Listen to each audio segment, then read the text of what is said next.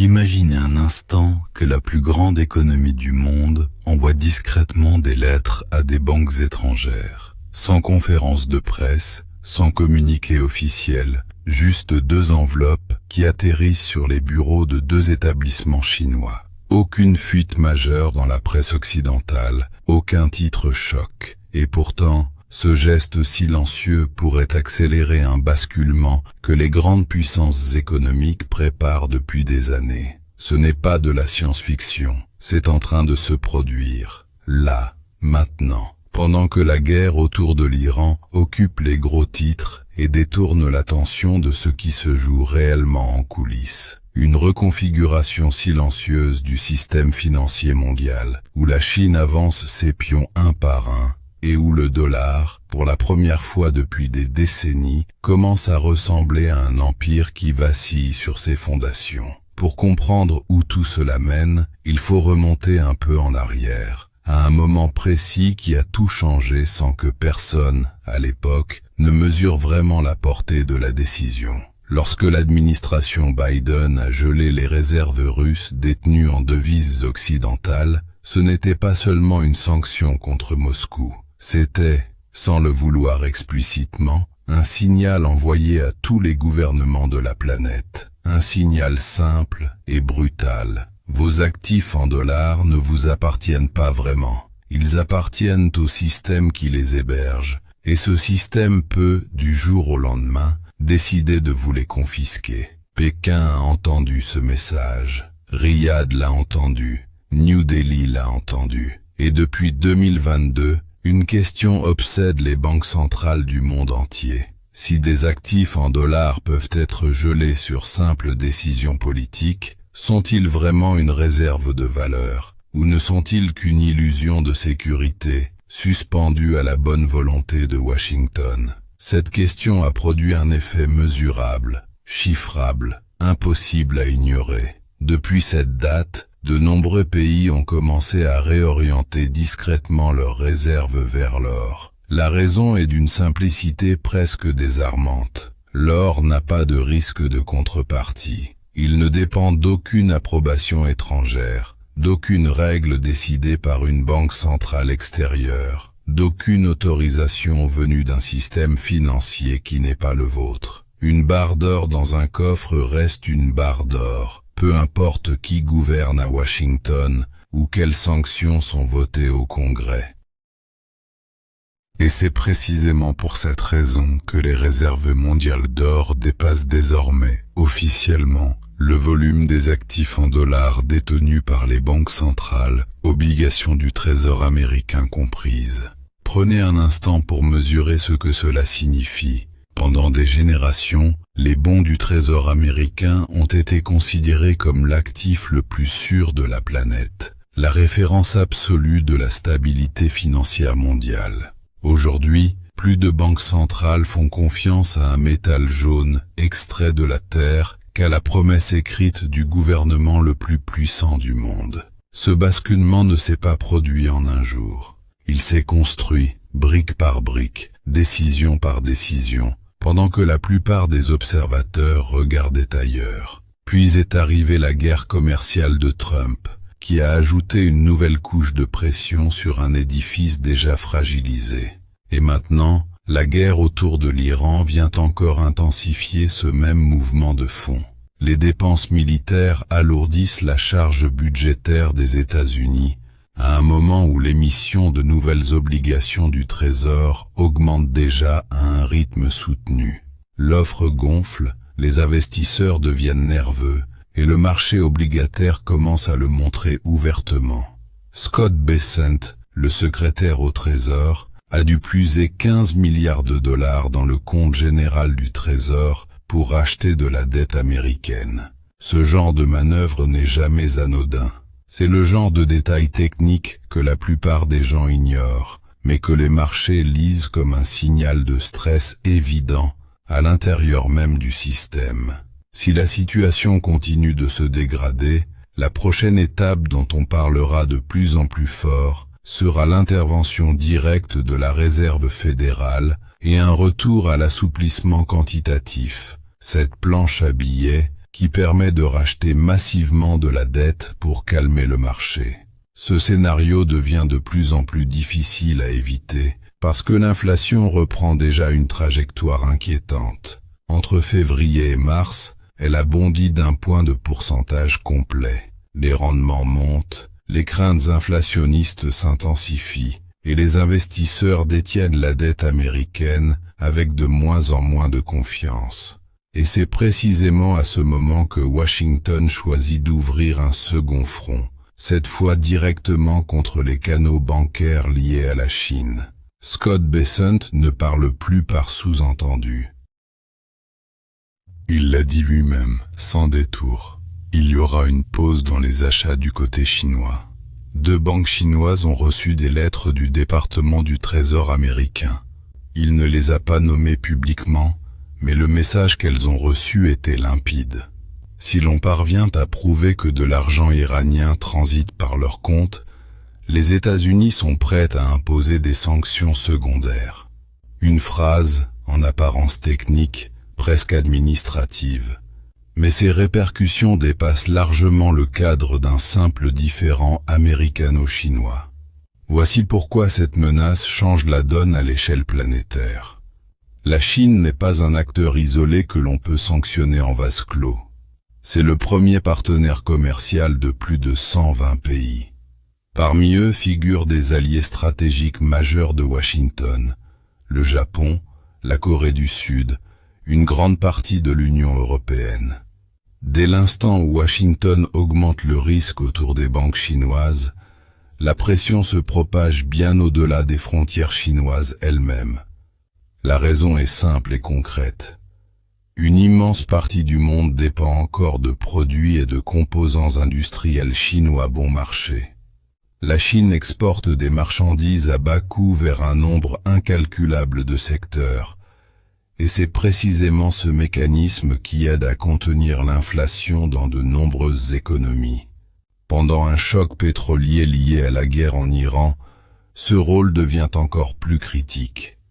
La hausse des prix de l'énergie pousse déjà l'inflation vers le haut. Toute perturbation dans le financement du commerce chinois ajouterait une nouvelle vague de pression sur les prix, exactement au pire moment possible. Si les importateurs commencent à perdre un accès stable à leurs fournisseurs chinois, les conséquences ne se limiteront pas à des retards de livraison ou à des complications bancaires. Cela se répercutera rapidement sur les prix à la consommation, sur les coûts des entreprises, sur le budget des ménages. Dans un scénario plus sombre, un ralentissement de la consommation pourrait, avec le temps, se transformer en instabilité monétaire dans les économies les plus fragiles. La question n'est donc plus simplement de savoir si des sanctions vont être appliquées. La vraie question, celle qui devrait inquiéter, est bien plus large. Le système mondial peut-il vraiment supporter une pression directe sur le principal centre de production de la planète sans provoquer de dégâts collatéraux bien plus étendus? Pour saisir l'ampleur réelle de ce risque, il faut regarder les chiffres du commerce chinois. En 2025, le pays a enregistré un excédent commercial dépassant les 1200 milliards de dollars. Rien que pour janvier et février, cet excédent atteignait déjà 213 milliards de dollars. Ces chiffres montrent à quel point une portion massive du marché mondial dépend de la production chinoise. Et quand un tel volume d'échanges transite par une seule économie, cela crée un véritable levier d'influence, à la fois sur les chaînes d'approvisionnement et sur les flux de paiement internationaux. C'est précisément pour cette raison que Pékin ne mise plus seulement sur l'exportation en tant que telle. L'objectif n'est plus simplement de vendre des marchandises au monde entier. L'objectif désormais est de contrôler les rails financiers par lesquels transitent ces transactions. La Chine veut qu'une part croissante du commerce mondial passe par des systèmes totalement indépendants de Washington, du dollar et des banques américaines. Et au cœur de cette stratégie se trouve un dispositif que peu de gens en Occident connaissent réellement, le système chinois de paiement interbancaire transfrontalier, souvent désigné par son acronyme CIPS. Ce système fonctionne indépendamment de SWIFT, l'infrastructure occidentale que tout le monde connaît, et il couvre déjà plus de 190 pays et plus de 5000 institutions bancaires. Cette échelle a une importance considérable, parce qu'elle offre aux importateurs et aux exportateurs un canal opérationnel entièrement en dehors de l'infrastructure occidentale habituelle. Cela signifie concrètement que le commerce avec la Chine peut continuer même si la pression des sanctions s'intensifie davantage. Depuis février, ce système est devenu nettement plus flexible. Auparavant, il fonctionnait principalement avec des opérations en yuan continental.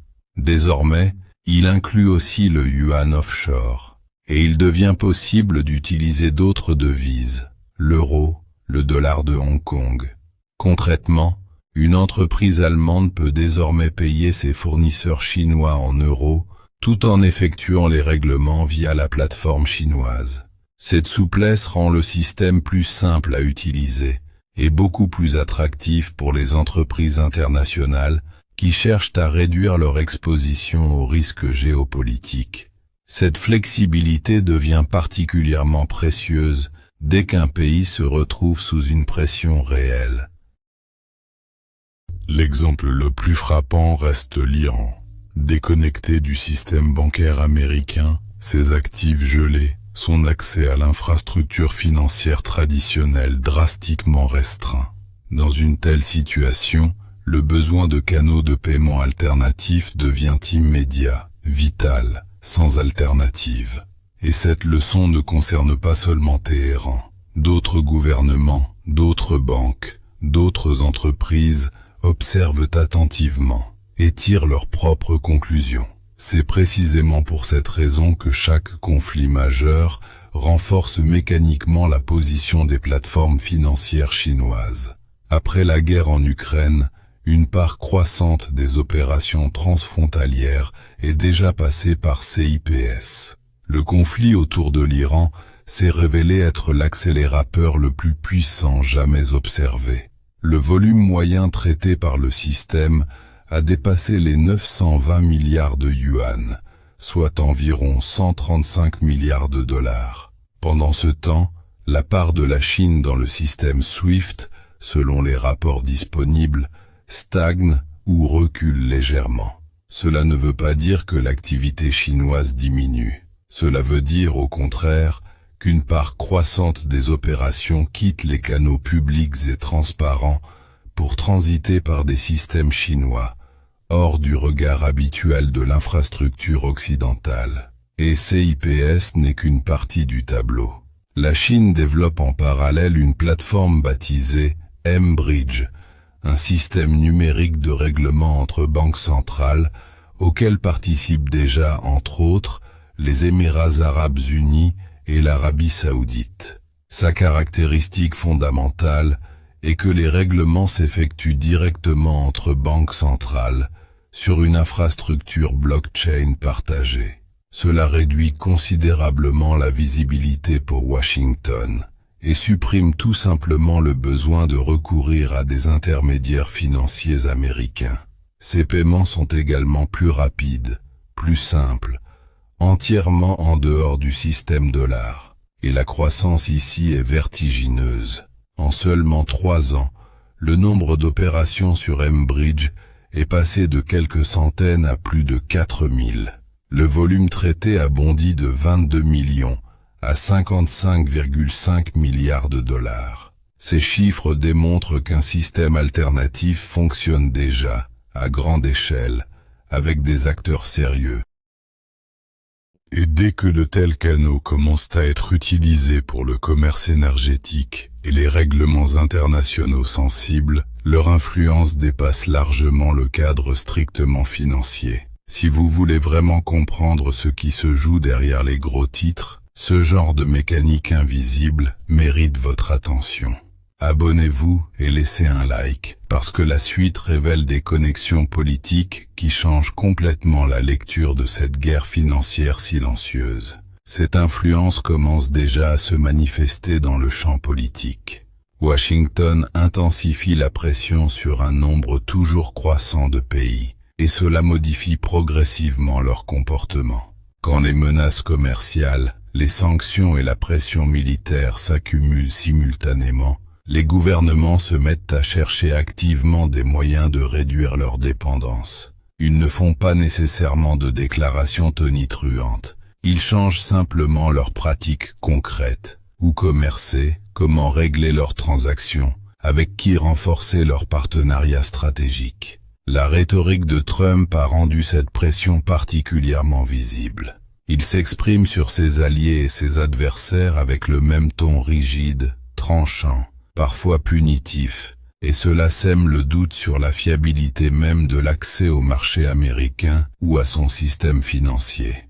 Dans un tel contexte, les dirigeants du monde entier sont contraints de réfléchir sérieusement à des plans de secours. L'exemple espagnol illustre cette dynamique de façon presque caricaturale. Trump lui-même a déclaré publiquement vouloir arrêter toute relation commerciale avec l'Espagne, affirmant que le pays n'avait rien dont les États-Unis avaient besoin, à l'exception, selon ses propres mots, de gens formidables. Le peuple espagnol très bien, le gouvernement, un vrai problème, disait-il en substance. Et donc, la décision était prise, couper tous les liens commerciaux. L'Espagne montre parfaitement comment ce mécanisme fonctionne dans la réalité. Elle ne peut pas répondre brutalement aux États-Unis, ni renverser le rapport de force par la confrontation directe. Mais elle peut renforcer ses liens ailleurs. Et c'est exactement ce qui s'est produit. Madrid s'est rapproché de Pékin, a signé 19 nouveaux accords bilatéraux, et est même allé jusqu'à demander à la Chine de jouer un rôle de médiateur au Moyen-Orient. Ce n'est pas un détail diplomatique mineur, c'est un signal fort. Il montre que la Chine gagne du terrain d'influence, même dans des régions historiquement profondément liées à Washington depuis des décennies.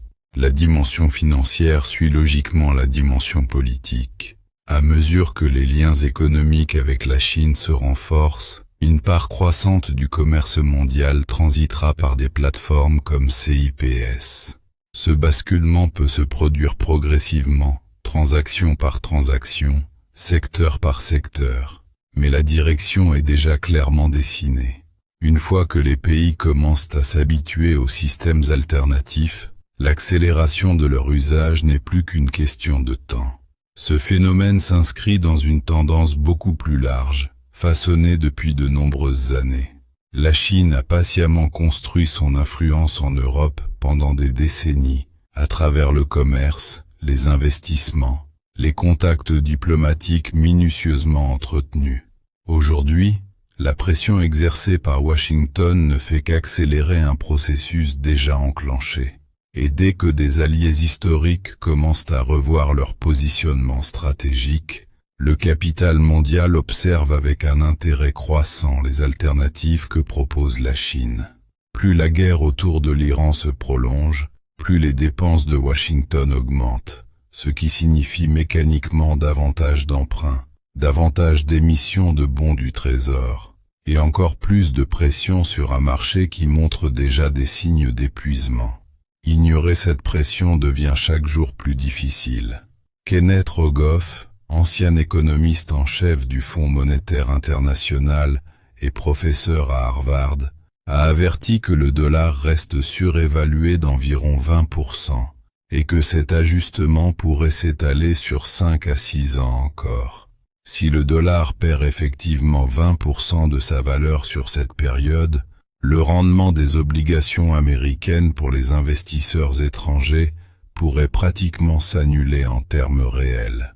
Dans certains cas, le rendement final pourrait même devenir négatif, malgré les paiements de coupons. Et dès que ce calcul change pour un investisseur institutionnel, le capital mondial se met immédiatement à chercher d'autres destinations. Pékin se prépare déjà activement à accueillir cette demande.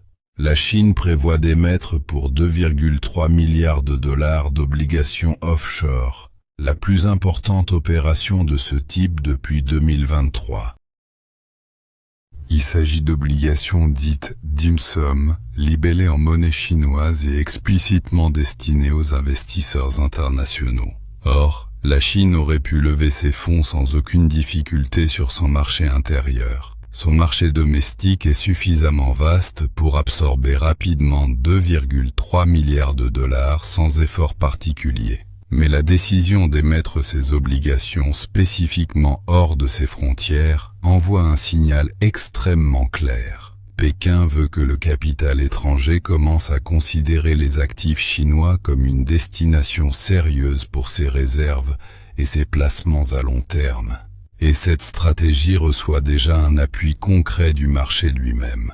Depuis le début de la guerre, les marchés financiers chinois se sont renforcés, tandis que les marchés américains restent sous pression continue. Le rendement des obligations chinoises à 10 ans a baissé, malgré une inflation en hausse dans le pays.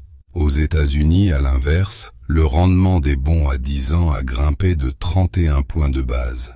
Cette divergence compte énormément, parce qu'elle transforme la perception même de la stabilité chez les investisseurs institutionnels du monde entier. Simultanément, en mars, le yuan s'est renforcé face au dollar de 70 points de base.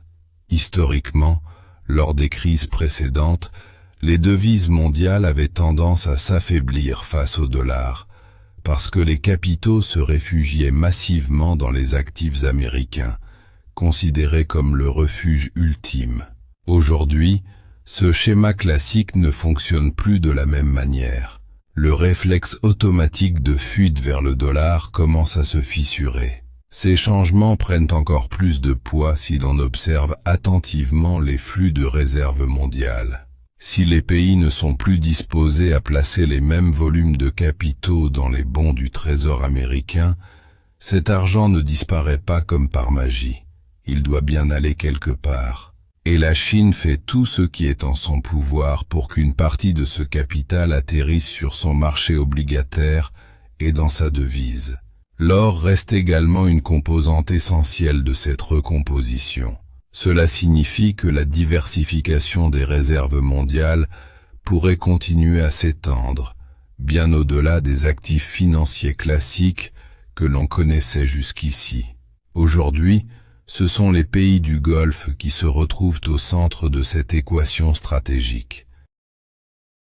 Après ce qui s'est produit ces 50 à 60 derniers jours, il pourrait sérieusement reconsidérer le volume de fonds qu'il continue d'orienter vers les obligations américaines. Si ce flux commence à se réduire, une large part de ses réserves pourrait basculer vers la dette chinoise, tandis qu'une autre partie continuerait de se diriger vers l'or. Et tout indique que sur le long terme, de plus en plus de directions détournent progressivement le capital mondial du système dollar. Ce basculement a déjà commencé. Ce qui compte désormais, c'est la vitesse à laquelle il va se dérouler. Le capital va toujours là où il perçoit de la stabilité, et la définition même de la stabilité est en train de changer sous nos yeux, silencieusement, sans annonce officielle, sans discours solennel. La véritable question n'est plus de savoir si ce basculement va se produire, elle est de savoir à quelle vitesse il va s'accélérer, si un nombre croissant de pays décident, au même moment, de restructurer simultanément leurs réserves et leurs flux commerciaux.